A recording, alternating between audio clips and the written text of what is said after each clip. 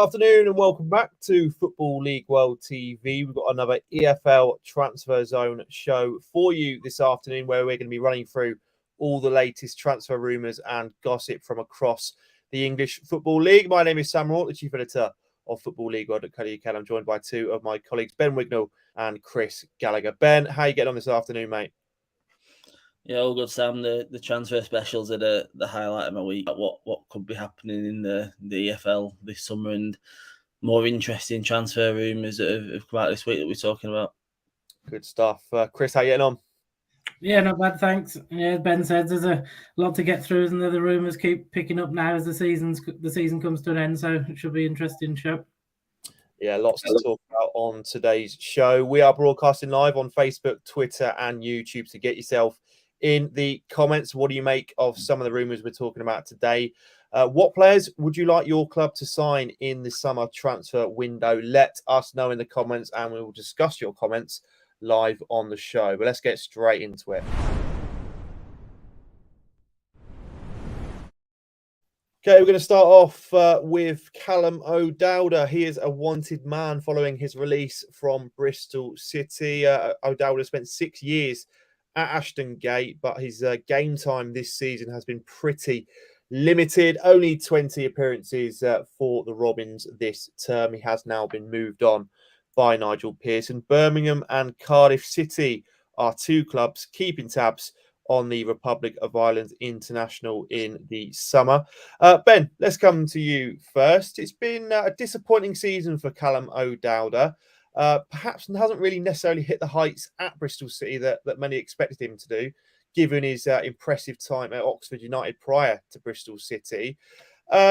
First of all, was it the right decision from Bristol City to release him this summer?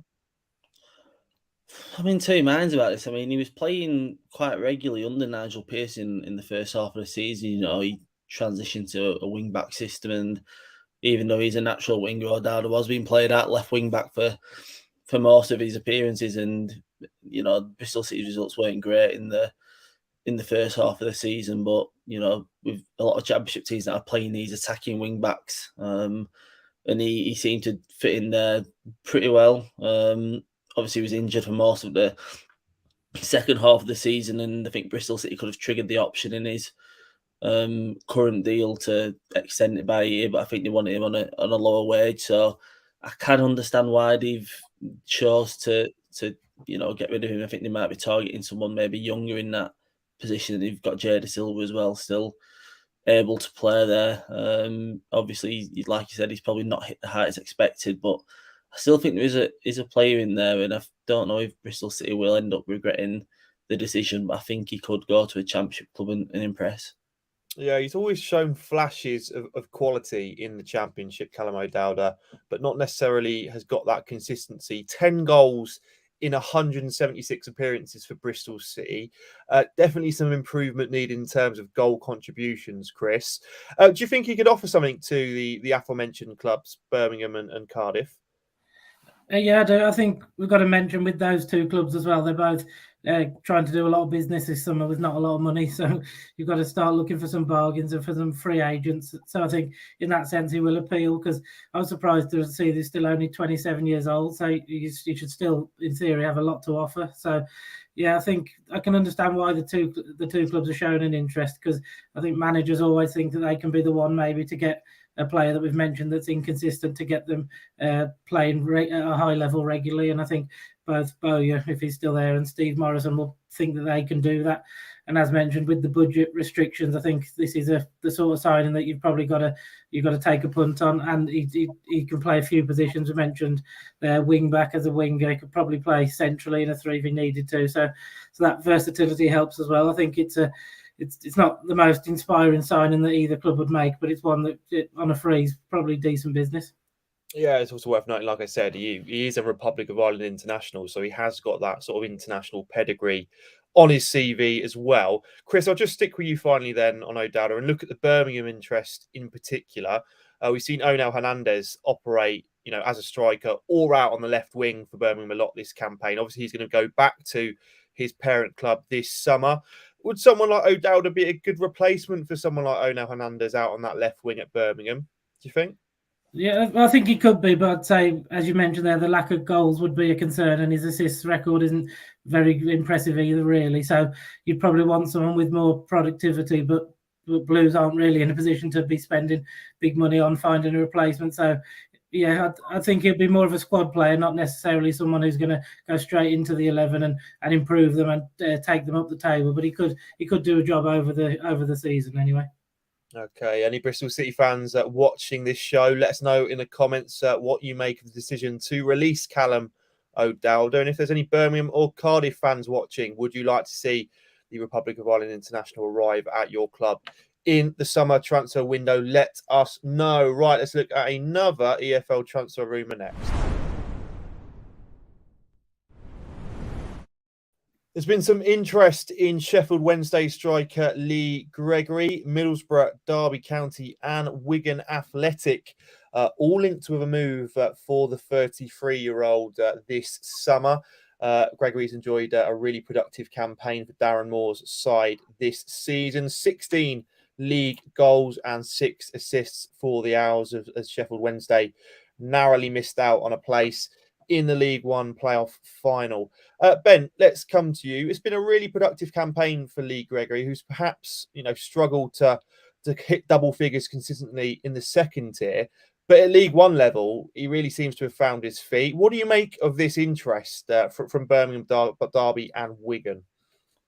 I do see the small appeal in it. Even though he's 33 years old, he's coming to the final few years of his career. He's still a hard worker. He stays relatively fit, and he scored 17 times in League One last season. I genuinely don't think the gap between League One and the Championship is massive, especially at the bottom end. But I think he's got a good thing going at Sheffield Wednesday. I'm not entirely sure that he'd be able to strike up the productivity in the Championship like he has done in the third tier. I think his best scoring seasons have been 10 goals for Millwall in 2 seasons, and he struggled to find that kind of goal scoring touch at Stoke City and Derby. So I think with Borough and Wigan's interest, I'm not entirely sure about. I think he'd fit more into Wigan than Middlesbrough. I think Middlesbrough need to be aiming a little bit higher than Lee Gregory, especially when they kind of struggled for goals from their strikers this season. And I can't really see him going to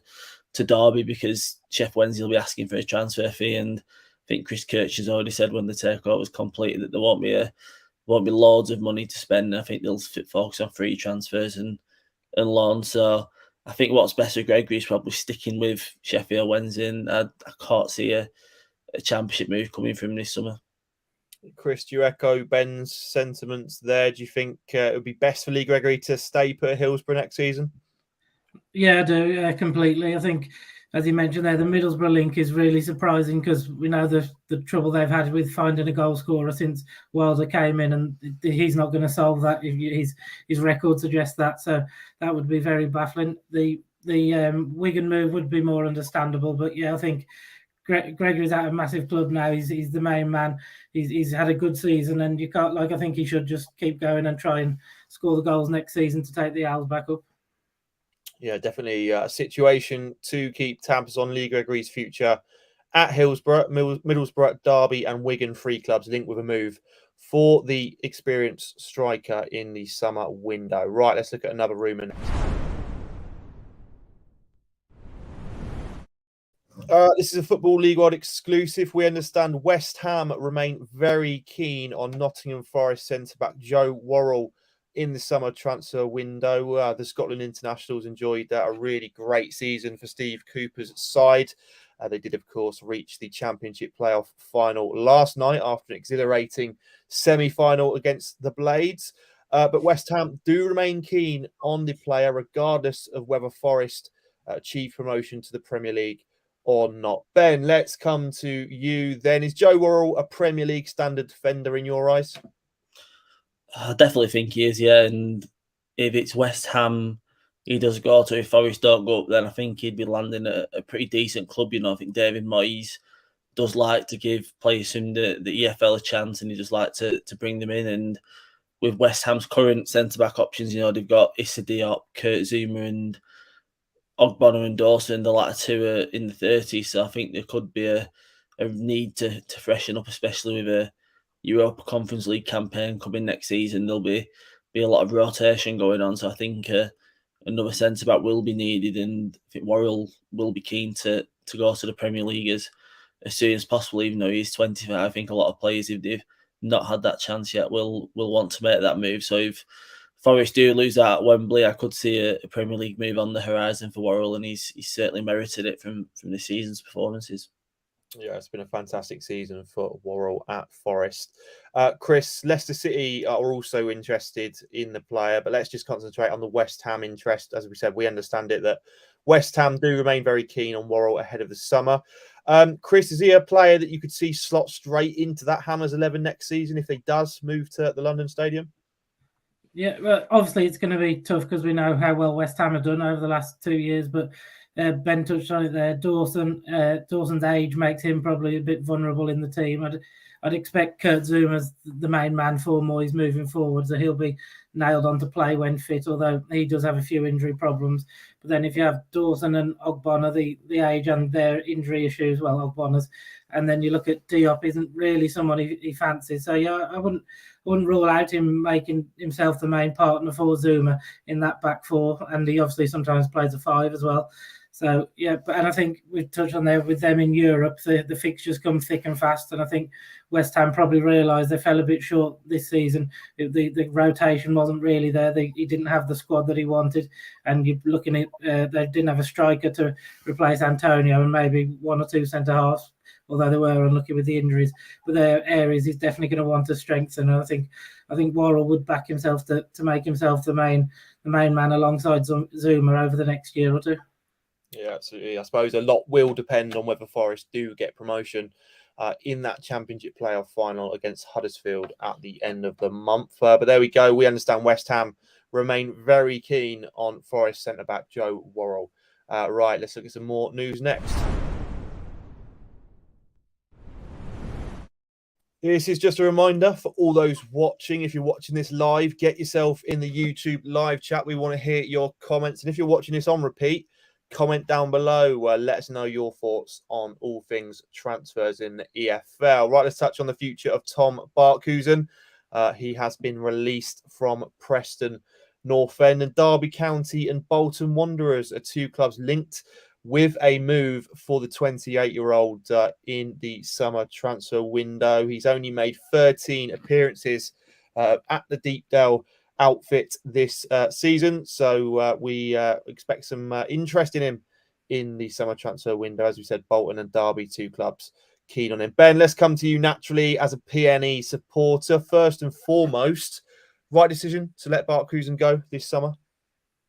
I think so, yeah. He's been a solid Championship player for us for a number of years. I think his best days came in the early days of Alex Neil when he took over from Simon Grace. I know he had a bit of a purple patch a couple of months after he came in. He won Championship Player of the Month just a couple of months after coming from Morecambe, which was a surprise. But he was very consistent under Neil on that right wing. He always touched around 8 or 9 goals and quite a few assists. Didn't miss many games, but something changed this past season. Only played 13 times. He had quite a few injuries, which hadn't happened in his time at PNE before, and I think when he struggled to get fit before the end of the season, I think the writing was on the wall.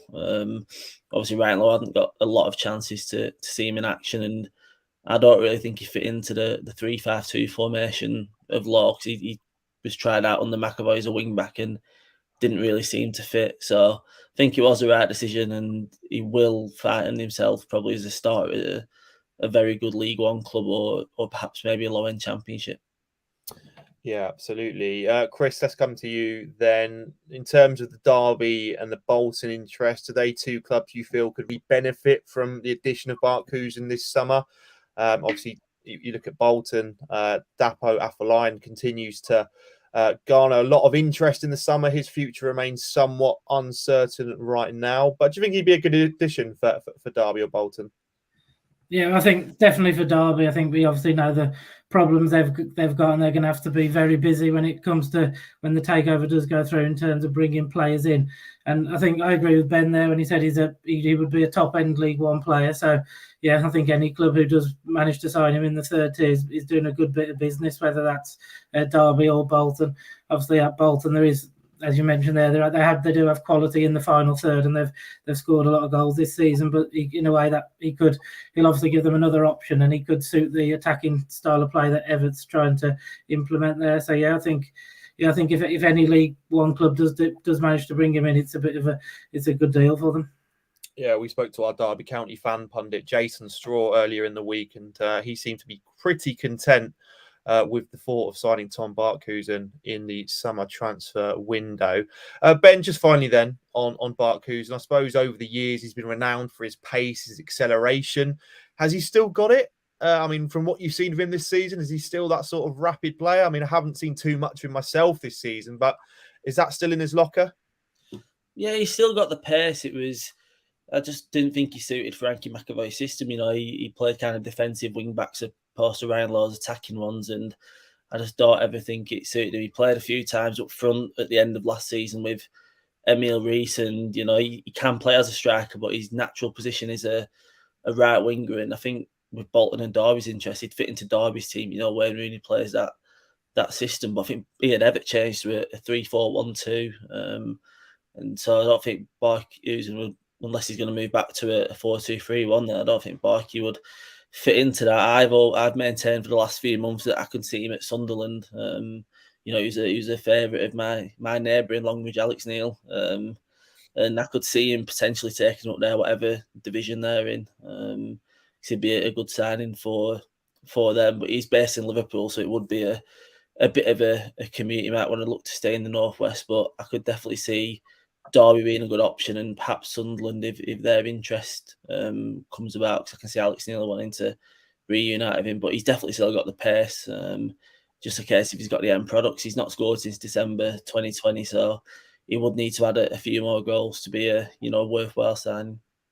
Yeah, you do imagine there will be a clamour of clubs looking to sign Tom Barkusen this summer. Right, let's look at some more EFL transfer news next.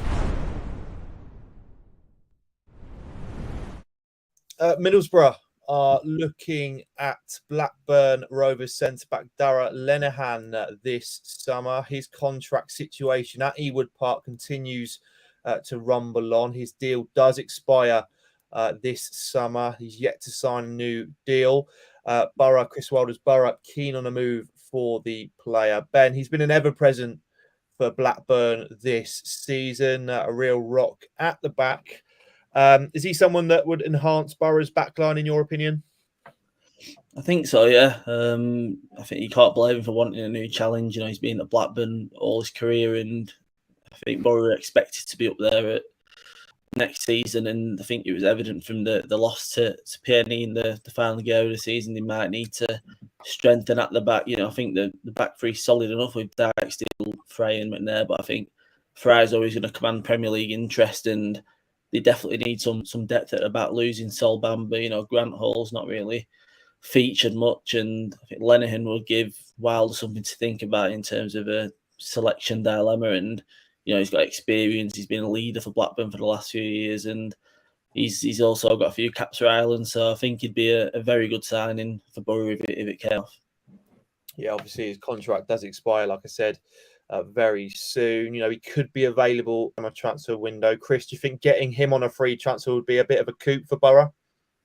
Yeah, I do, definitely. I think there seems to be quite a lot of good players available on a free this summer, from I think in John Swift at Reading as well, but Lenihan certainly falls into that, where if any Championship club can get this deal done, it is a great bit of business. I know West Brom have been linked with him as well, and I think that's the type of club he will get, a side that's competing for promotion, and it maybe even again it's a bit like Barkusen, but a level above. Maybe low end Premier League clubs will be looking at him. But I think he could become a key player for Middlesbrough, and he'd be like central to everything they'd do, and he'd help them a lot. So yeah, I think Wilder will be pushing for this one, and if he gets it in, he knows he's got in a top centre half. Yeah, Borough fans, get in the comments. Would you like to see Dara Lenihan arrive at the Riverside in the summer transfer window. Right, let's touch on a done deal next. We've had an early completed transfer in the EFL. Cardiff City have confirmed the signing of Forest Green Rovers midfielder Ebu Adams. Adams has been a real key component in Rob Edwards' title-winning side in League Two. The all-action attacking midfielder has been a real pivotal figure for them. But Steve Morrison's Cardiff have secured the signing of the Gambian this summer. Ben, let's come to you. You know, he had a really, really good season at Forest Green, Ebu Adams. You know, it seems to me like a really good deal all round here. Do you agree? Yeah, like I said, he's an all-action midfielder. You know, he's very energetic. He can put a tackle in, and he does chip in with a couple of goals. And he's also a full international with the Gambia as well. So he ticks a lot of boxes, and I think it shows what kind of direction Cardiff are going in. They're going to give players who have played in the League 1 and 2 a bit of a chance. You know, I think he's deserved the opportunity. Adams, you know, him and Kane Wilson have been two standouts for Forest Green. If they lose both, which it looks like they probably will do, it's going to be tough for them in League 1. But Adams will definitely offer something different to what Cardiff have currently got in their midfield. Although he did get 13 yellow cards in the league last season, so you know, the main thing I take away from that is a likes to tackle, or, you know, he's been committing a lot of cynical fouls, so that's something to watch out for. But yeah, it's an interesting signing. There's no risk of it on a free, and you know, he's got to prove he can step up to the championship level, but he's got a lot to like about him. Yeah, you know, he is a real dynamic box-to-box midfielder, something perhaps Cardiff City are lacking right now. Chris, I think Forest Green Rovers former boss Mark Cooper described Ebu Adams as a warrior. Is he the sort of player you feel Steve Morrison will like? We know what Steve Morrison was like as a player.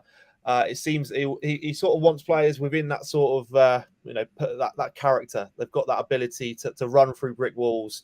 And Ebu Adams seems to be a player that does just that, doesn't he?